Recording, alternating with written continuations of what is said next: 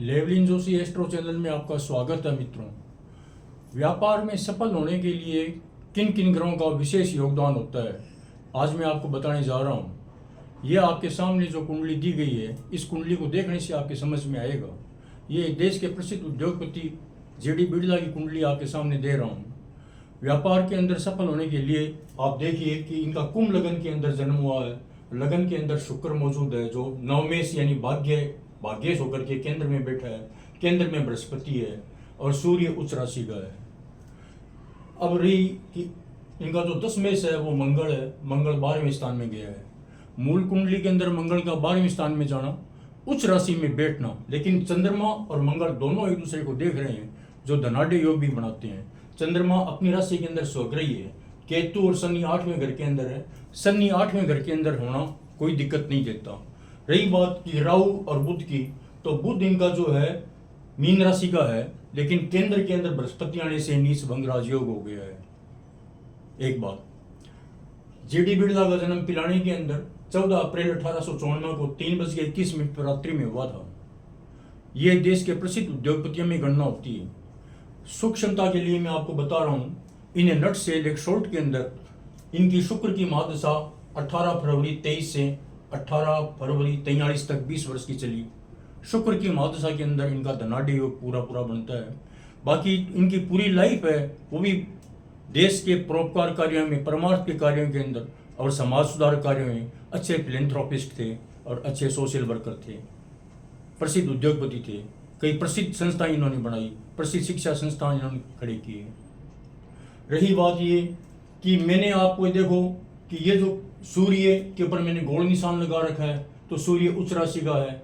मंगल है तो इसके ऊपर टिक मार्क कर रखा है, उच्च राशि का है। बृहस्पति वृष, इनके ऊपर मैंने गोल निशान लगा रखे हैं। जिनके ऊपर मैंने गोल निशान लगा रखे हैं उन ग्रहों को देखिए, सूर्य, बृहस्पति, शुक्र, राहु और केतु। फिर देखिए, सूर्य मेष राशि के अंदर है, 1 डिग्री का और 34 कला का है। और मंगल 19 कला का, 19 डिग्री 15 कला का है। बृहस्पति है तो 9 डिग्री 54 कला का है। और शुक्र 16 डिग्री 10 कला का और 15 कला का है। राहु मीन राशि का है, 17 डिग्री 20 कला का है।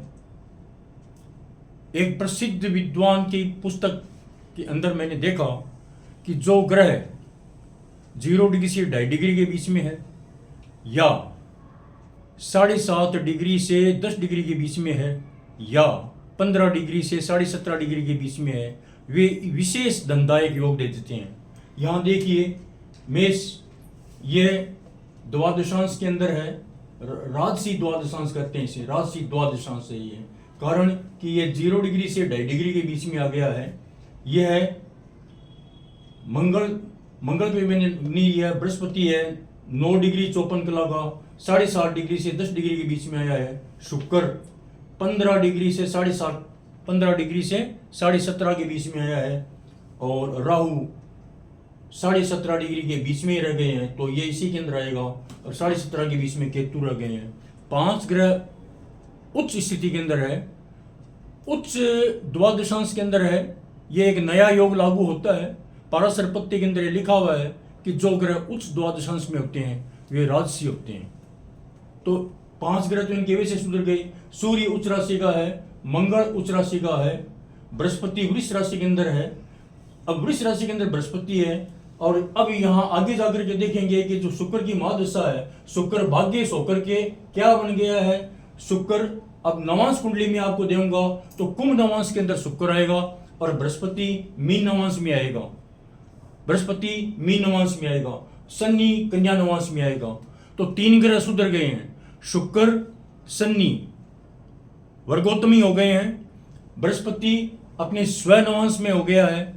तो बृहस्पति 3 ग्रह वैसे सुधर गए हैं। इन ग्रहों की महादशा तो इनकी वैसे टॉप की जानी थी।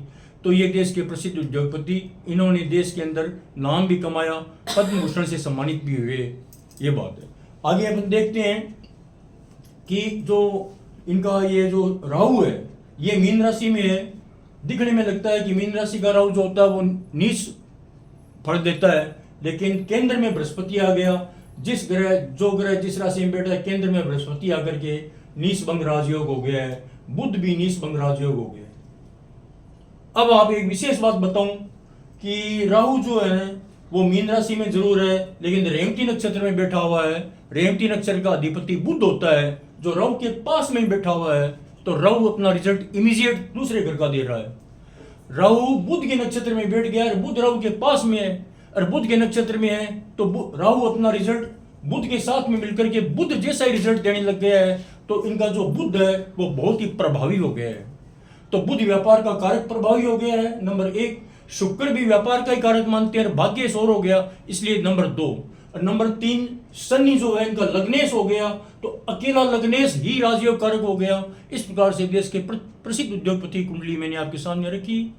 इस प्रकार से आप समझिए। वीडियो को आपने सुना, इसके लिए आपको बहुत बहुत धन्यवाद है। आप इसे लाइक कीजिए, सब्सक्राइब कीजिए।